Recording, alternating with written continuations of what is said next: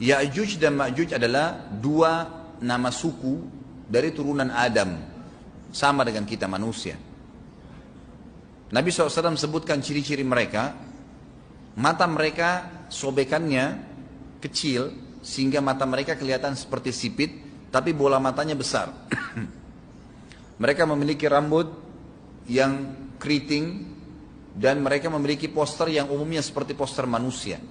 Hanya saja mereka ini memang menjadi fitnah, tanda-tanda hari kiamat. Mereka tidak berbaur dengan manusia yang lain. Salah seorang di antara mereka tahu kalau dia akan mati kalau sudah memiliki anak 1000. Tidak ada pengikutnya dari manusia biasa. Pada saat saya pelajari tentang Ya'juj ini tingkat 3 kuliah, kurang lebih waktu itu tahun 96, 97. Dosen saya membuka kitabnya membahas masalahnya, saya sempat tanya sendiri, saya bilang, Syekh, jumlahnya Ya'juj itu berapa banyak? Dia bilang tidak terhitung jumlahnya. Karena ada hadis yang berbunyi mereka akan mendatangi sebuah sungai, kalau tidak salah namanya Sungai Tibria. Sungai itu sekarang ada, besar. Bayangkan sungai ya, airnya banyak mengalir. Kata Nabi SAW, mereka akan mampir dan minum di situ. Mereka semua minum air sungai itu, dan yang terakhir dari mereka datang sudah nggak dapat air. Artinya air sungainya habis diminum. Bayangin berapa banyak jumlahnya tuh. Satu Jakarta aja sekarang kalau minum air sungai Ciliwung nggak habis. Mungkin nggak bakal habis kalau satu Indonesia pun minum. Bayangkan berapa banyak jumlah mereka tuh. Tidak terhitung. Nanti kan kita bacakan ayat-ayatnya tentunya. Banyak sekali ayat berhubungan dengan masalah itu.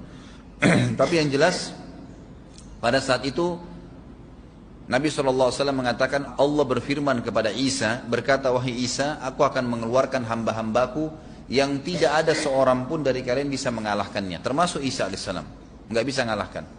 Maka selamatkanlah dirimu bersama dengan pengikut-pengikutmu ke Gunung Tur namanya. Gunung Tur ini di Palestina. Ya. Ini rata-rata nanti hari kiamat ini di Syam, banyak negeri Syam kita. Gitu kan? Maka Nabi Isa pun alaihissalam menyelamatkan diri dengan pengikutnya ke Gunung Tur yang diikuti sama orang-orang yang beriman. Lalu tentu yang bisa ikut yang terjangkau pada saat itu, karena dunia sangat luas. Maka yang tidak sempat ikut dengan Nabi Isa AS, mereka dibunuh oleh Ya'juj Ma'juj. Allah Subhanahu Wa Taala memberikan ciri khas mereka, artinya cirinya mereka ini, mereka dihimpit di sebuah gunung. Di surah Al-Kahfi dijelaskan oleh Dzulkarnain. Dzulkarnain khilaf antara ahli sejarah mengatakan dia nabi atau dia orang saleh. Tapi Allahu alam, saya cenderung dengan pendapat yang mengatakan dia adalah seorang nabi. Karena Allah SWT angkat ceritanya dalam Al-Quran. Dan Allah berikan dia banyak mukjizat. Di antaranya mukjizatnya adalah menahan Ya'juj Ma'juj waktu itu ingin membuat kerusakan. Di zamannya dia dulu. Jadi memang Ya'juj Ma'juj ini ciri khasnya, kata Nabi SAW, mereka memakan apa saja. Batu. Kalau hewan-hewan itu kalah jengking sama ular. Binatang-binatang buas, harimau, mereka makan semua. Jadi bukan seperti manusia normalnya. Mereka membunuh semua yang bukan seperti mereka. Mereka buat kerusakan. Sampai-sampai kata Nabi SAW tidak ada yang bisa mengalahkan mereka dan jumlah mereka sangat banyak. Salah seorang di antara mereka tahu dia akan mati kalau sudah punya 1000 anak. Dan tidak menikah dengan umumnya orang. 2 suku ini saja. Kata Nabi SAW dalam hadis Bukhari, kecelakaanlah bagi orang-orang yang ada di Jazirah Arab. Kemungkinan besar makna ini adalah tempat mereka dekat dengan Jazirah Arab.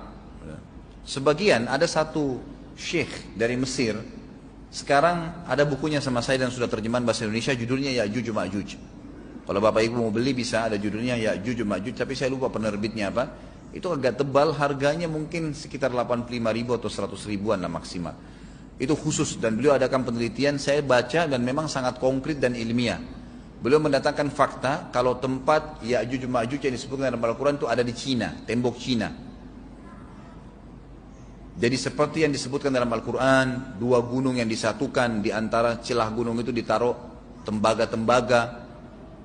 Pernah pemerintah Cina mendapatkan ada celah dari tembok Cina itu yang bolong, waktu mereka mau tempel bolongan itu dengan batu-batu tanah yang mereka biasa taruh sekarang, ternyata di dalam itu ada tembaga yang mengeras, dan seperti disebutkan dalam Al-Quran. di mana ya Zulkarnain mempertemukan antara besi-besi yang ditumpuk lalu dipanasi, dibakar sehingga menjadi meleleh, kemudian disirami lagi dengan timah yang meleleh juga dan dibiarkan kering sehingga menjadi tembok besi. Kata Nabi SAW, kecelakaan bagi orang-orang yang Jazirah Arab karena telah terbuka dari lubangnya Yajuj Majuj sebesar ini. Udah kasih isyarat dengan jari ibu jari sama jari tengahnya. Artinya mereka sudah bisa melihat keluar. Tetapi kata Nabi SAW, setiap hari mereka terus menggali gunung itu, berusaha untuk keluar. Pada saat mereka tiba di malam hari, mereka capek, mereka mengatakan besok kita lanjutin. Mereka bangun besok pagi, gunungnya kembali utuh lagi. Sampai nanti waktu di mana Allah izinkan mereka keluar. Pada saat mereka keluar, maka mereka akan mulai membuat kerusakan. Ada di halaman 82 ya. Al-Anbiya 96 sampai 97 ayatnya. Ingatlah hingga apabila dibukakan tembok Ya'juj Ma'juj. Bolong, jebol, dan mereka turun dengan cepat dari gunung-gunung itu. Dari seluruh tempat yang tinggi. Kita tahu itu jaraknya berapa ratus kilometer, bahkan mungkin ribuan kalau nggak salah. Semuanya itu akan dipenuhi Ya'juj Ma'juj. Dan telah dekatlah, kalau sudah terjadi itu, kedatangan janji yang benar, maksudnya hari kebangkitan. Maka tiba-tiba terbelalaklah mata orang-orang kafir. Mereka berkata, aduhai celaka kami. Sesungguhnya kami dalam kelalaian tentang ini, bahkan kami adalah orang-orang yang zalim. Kenapa? Karena Ya'juj Ma'juj tidak lihat apakah kafir atau beriman. Mereka tidak butuh, bukan seperti Dajjal ya. Dajjal butuh jadi pengikutnya, oke, aman. Ini enggak. Siapa saja ditemuin dibunuh. Dia enggak pandang, enggak mau tanya kamu dari suku mana, kamu agama apa, tidak dipandang. Orang-orang Muslim pada saat itu, orang-orang Muslim pada saat itu yang ikut dengan Nabi Isa AS berhasil selamat. Walaupun pada saat itu di muka bumi umumnya orang sudah beriman. Yang dimaksud di sini orang-orang kafir adalah adanya orang-orang yang masuk Islam karena terpaksa, karena mereka tidak terlalu faham pada saat itu, lalu mereka menganggap remeh informasi dari Nabi Isa alaihissalam. Maka mereka terbelalak matanya karena dibunuh oleh Ya'juj Ma'juj. Kata Nabi SAW di dalam hadis sahih riwayat Imam Bukhari, bahwasanya Ya'juj Ma'juj akan membunuh siapapun yang mereka temui. Bahkan pada saat mereka sudah merasa menguasai bumi, mereka melepaskan anak-anak panah mereka ke langit. Lalu Allah menurunkan anak-anak panah mereka sebagai fitnah dipenuhi dengan darah. Maka mereka berkata, kami telah membunuh semua yang ada di bumi dan semua yang ada di langit. Maka sebagai penutup dalam bahasan itu, kata Nabi SAW, Allah lalu mengizinkan Isa untuk berdoa kepada Allah agar memusnahkan mereka. Maka Isa AS pun akhirnya berdoa, meminta kepada Allah Subhanahu Wa Taala agar mereka semua dimusnahkan. Maka pada saat itu pun Allah Subhanahu Wa Taala menurunkan kepada mereka hama. Sebagian hadis menyebutkan serangga kecil seperti cacing, banyak sekali yang menimpa tubuh-tubuh mereka. Setiap orang satu. Dan itu membuat mereka mati. Membuat mereka mati. Dan mereka mati seketika semuanya.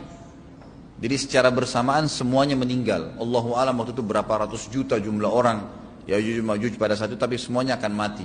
Dan seluruh muka bumi dipenuhi dengan jasad mereka. Setelah itu Nabi Isa AS pun berdoa kepada Allah Subhanahu Wa Taala agar menghilangkan jasad-jasad mereka yang baunya sudah luar biasa waktu saat itu disebutkan dalam hadis.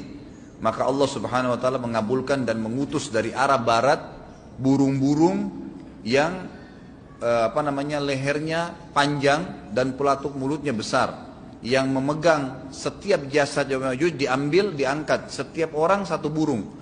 Bayangkan berapa banyak miliaran burung pada saat itu. Kita nggak tahu bagaimana, Allahu a'lam, tapi ini wahyu, penyampaian informasi yang pasti. Diambil, kemudian jasad-jasad mereka dilempar ke lautan. Lalu Allah SWT turunkan hujan. Pada saat turun hujan, maka hujan tersebut membersihkan semua bekas-bekas mereka, kotoran mereka, darahnya segala bersih. Maka bumi kembali subur lagi. Tapi tidak disebutkan berhubungan dengan masalah ini berapa lamakah kejadian tersebut terjadi. Kemudian setelah itu Isa AS memimpin lagi di muka bumi sampai beliau meninggal. Setelah Isa AS meninggal, kembali lagi sebagian besar manusia berbuat kekufuran. Kembali manusia berbuat kekufuran.